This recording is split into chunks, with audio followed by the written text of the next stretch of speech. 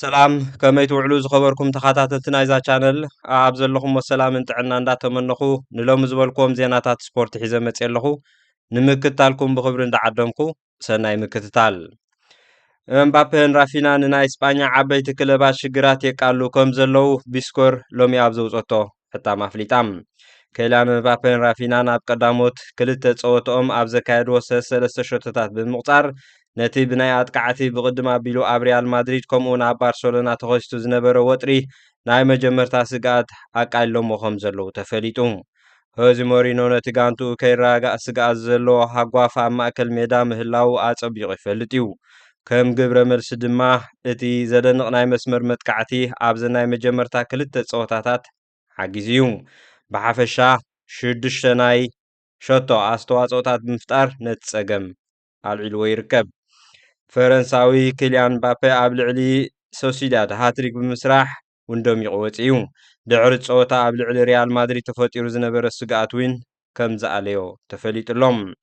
ብወገን ባርሳ እውን ድሕሪ ኣጥቃዓይ ሮበርት ሌዋንዶውስኪ ምእላዩ ዓላም እዛ ክለብ ጀርመናዊ ሃንስ ፍሊክ ኣብ መስመር ምጥቃዕ ዝኾነ ቀንዲ ኣጥቃዓይ ንምርካብ ኣብ ተመሳሳሊ ሽግር ምፍታሕ ይፀኒሑ። በዚ መሰረት ድማ እዩ ሓላፍነት መስመር ምጥቃዕ ብብራዚላዊ ራፊና ተመሪሑ ዝካየድ ዘሎ። ራፊና ግን ኣይሓመቐን ኣለኹ ይብሎ ንኣሰልጣኒኡ ፍሊክ። በዘን ዝተኻየዳ ክልተ ፀወታታት ኣቢላ 7 ፀብለልታ ሸቶ 2 ድማ ዓወታ መዝጊባ ንሰሌዳ ላሊጋ መሪሓቶ ዘላ ባርሰሎና እያ።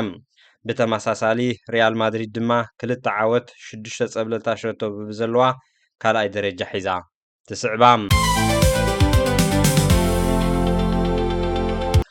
ካብ ዜናታት ላሊጋ እስጳኛ ከይወፃና ኣርጀንቲናዊ ኣሰልጣኒ ክለብ ኣትሌቲኮ ማድሪድ ሎሚ ኣብ ዝሃቦ መግለፂ ብዛዕባ ኣልቫረዝ ናብ ልምድ ምስ ተመልሰ እታ ክለብ ኣገዳሲ ኮይኑ ምእንቲ ክስምዖ ኩሉ ግዜ ዝህቦ ዝነበረ ኩሉ ነገር ክንህቦ ኢና ኢሉ።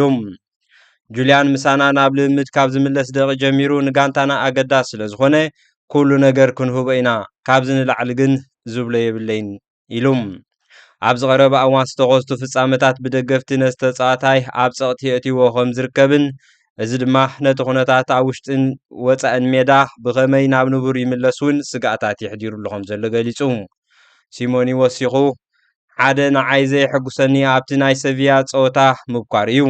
ኣትሌቲኮ ማድሪድ ንዓበይቲ ዋንጫታት ንምቅላስ ዘድልዋ ተጻወትቲ ብቑዓት ተጻወትቲ ከም በዓል ኣልቫረስን ሶልተን እዮም ብምባል ዘረቡ ዓፂሙ። ናብ ሰሪያ ኢጣልያ ምስ እንሰግር ፖርቱጋላዊ ኣጥቃዓይ ሊኦላ ካብ ሚላን ክወፅእ እዩ። ራፋኤል ሊኦላ ድሕሪ ናይ ሰሙናት ድራማታት ማለት ዘይተረጋገፀ ኩነታት ናብ ጋላታሳራይ ንምኻድ ተሰማሚዑ ከም ዘሎ ቢስኮር ሓቢራ። ድሕሪ ሰሙና ዝወሰደ ዘተታት ዝተፃዋታይ ኣብ ሰሪያ ዘሕለፎ ግዜ ፀወታ ኣብቂዑ ናብ ቱርኪ ክግዕዝ እዩ። ኣብ ናይ ሎሚ ዝወፀ ሓድሽ ምዕባለታት ድማ ብመንገዲ ፋብሪዚዮ ሮማኖ ሄርዊጎ ብምባል ናብ ጋላታሳራይ ከም ዝተሰጋገረ ኣረዲዩ። ድሌት ዝተፃዋታይ ናይ ፕሪምየር ሊግ እኳ እንተነበረ ግን ኣይሰለጦን። ተገዳስነት ይሕዲራላ ዝተባሃለት ኣስቶን ቪላ እውን መልሲ ሃበትን። ስለዚ ሚላን ብ45 ሚልዮን ዩሮ ተወሳኺ ክፍሊት ዘለዎ ባጀት ብምድላው ድሕሪ 7 ዓመታት ካብ ሳንሲሮ ናብ ቱርኪ ሓድሽ ምዕራፍ ክጅምር ተዳሊኾም ዘሎ ተሓቢሩ።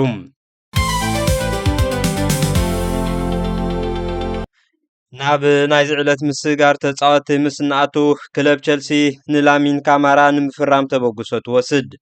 ብመጻኢ ናይ ማእከል ተፃዋታይ ኤንዞ ስግኣት ዘለዋ ቸልሲ ንቦትኡ ዝትክእ ተፃዋታይ ሃሰው ክትብል ድሕሪ ምጽናሕ ኣብ ሊግ 1 ፈረንሳ ምስ ክለብ ማናኮ ኮይኑ ጽቡቕ ቆመና ወኒኑ ዘሎ ሴኔጋላዊ ካማራ ንኽትዕድጎ ኣብ ጨረታ ምስ ሊቨርፑልን ክርስቲያን ፓላስን ተጸሚዳ ትርከብ።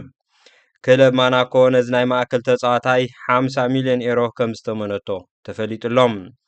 እዚ ሴኔጋላዊ ኣካፋሊ ኣብ ሊግ 1 ፈረንሳ ካብቶም ኣብ ብሉፅ ቁመናን ተስፉ መንሰይን ኮይኑ ድሮ ብዓበይቲ ክለባት ዝህደን ዘሎ ተፃዋታይ እዩ።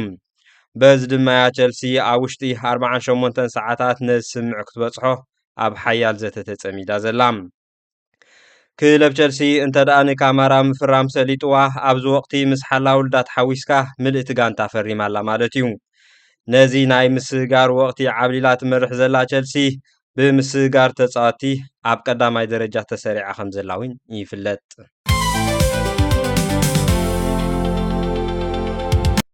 ኣብ መወዳእታ ፒኤስጂ መቕጻዕቲ ተበይንላ ክህደት ፒኤስጂ ብምኽንያት ሕማቕ ናይ ሜዳ ዓብ ናይ ገንዘባዊ መቕጻዕቲ ከም ዝተበየነላ ሎሚ ቢስኮራ ኣፍሊጣ ናይ ፈረንሳ ፌደሬሽን ፕሪንስ ሜዳ ንመበገሲ ጸወታ ሊግ ዋን ሓደ ፈረንሳ ብቑዕ ኣይኮነን ብምባል እዩ ሎሚ ዓርቢ ኣብ ልዕሊ ፓሪስያን ጀርመን ናይ 150,000 ኤሮ መቕጻዕቲ ወሲኑ እቲ ናይ ፈረንሳ ፌደሬሽን ማለት ብለብ ዝፍለጥ ውድድር ኮሚሽን ነዚ መቕጻዕቲ ኣብ ትሕቲ ዓንቀጽ ቁጽሪ 501.4 ናይ ውድድር ዓንቀጽ ኣንቢርዎ ኣሎም እዚ ድማ ብዛዕባ ናይ ሜዳ ኩነታት ተወሳኺ መማረፂ ቦታታትን ዝግበኦ ረቑሒታትን ዝውስን ምዃኑ እቲ መራሒ ኣካል ኣብ ዘውፅኦ መግለጺ ኣፍሊጡ ኣብዚ ስታድዮም ዝርከብ ሜዳ ኣብ ክረምቲ ብዝነበረ ተደጋጋሚ ናይ መላእ ሃገር ናይ ሙቐት ሓደጋታት ማለት ሄት ዌቭ ብርቱዕ ዕንወት ከም ዘጋጠሙ እዩ ተሓቢሩ ዘሎ ዝሓለፈ ጸወታ ፒኤስጂ ንሬነ ዓዲማ ጸወታ ክተካይድ እኳ እንተነበረ እቲ መደብ ብሰንኪ ኣጋጢሙ ዘሎ ጸገም ሜዳ ግና ናብ ስታድዮም ሬነ ከይደያ ጸወታ ኣካይዳ በዚ መሰረት ድማ ሜዳ ምስ ተዓረየ ሬነ ናብ ፓሪስያ ጀርመን መጋቢት 6 ጸወታ ክተሰላስል ምዃና እውን ተፈሊጡሎም ዝኸበርኩም ተኸታተልተይ ንሎሚ ዳልየ ዝነበርኩ መደባት ስፖርት ነዚ ይመስል እንተፈቲኹሞ ላይክ ሼር ሳብስክራይብ ኮመንት ምግባር ቤተሰብ ኩኑ ኣብ ቀጻሊ ብተመሳሳሊ መደብ ክንራኸብ ኢና ክሳብ ሽዑ ግን ሰሰና እዩ